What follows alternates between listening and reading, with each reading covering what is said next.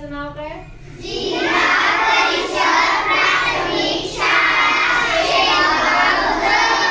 आणि आपण दर शनिवारी एक उपक्रम घेतो, माहितीये ना? काय असतं त्याला, काय म्हणतो आपण? आनंदाई शनिवारांतर्गत आपण वेगवेगळे उपक्रम घेत असतो. दप्तराविना शाळा. तर आज आपण ड्रॉइंगच्या वह्या आणायला सांगितलं होतं, बरोबर आहे? त्यामध्ये घेतला जाणारा आजचा उपक्रम कोणता आहे? बिंदू काढायचे आणि बिंदू जोडून कलाकृती तयार करायची. त्यामधून बिंदू जोडून वेगवेगळ्या आकृत्या तयार करायच्यात आपल्याला. वेगवेगळे चित्र, तुम्हाला जी आवडते, जी तयार करता येतील ती चित्र असं रेखाटन करायचे आज. त्यासाठी तुम्ही सगळ्यांनी हे बिंदू काढून घेतलेत ना?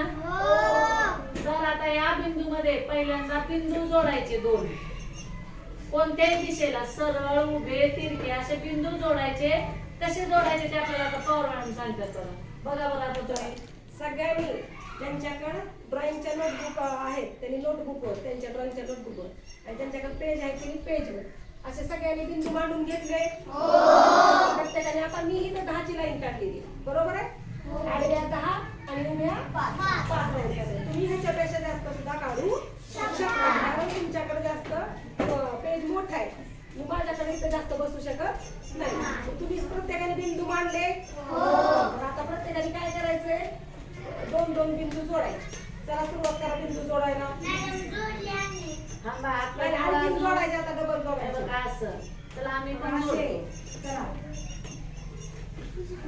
बघा बघा, येतात का छान जोडायला? आपल्याला इथं पट्टीचा उपयोग करावा लागला का? बिंदू दिल्यामुळे आपण विदाऊट पट्टीचा रेषा ओढायला शिकलो, बरोबर आहे?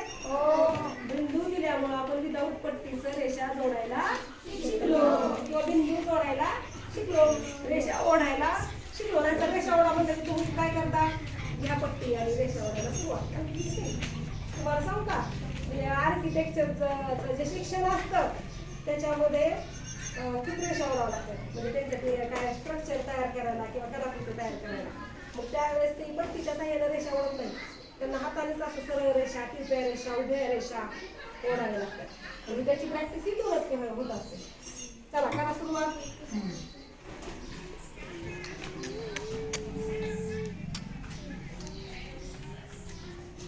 किती छान छान तयार करा. होय नाही का नाही?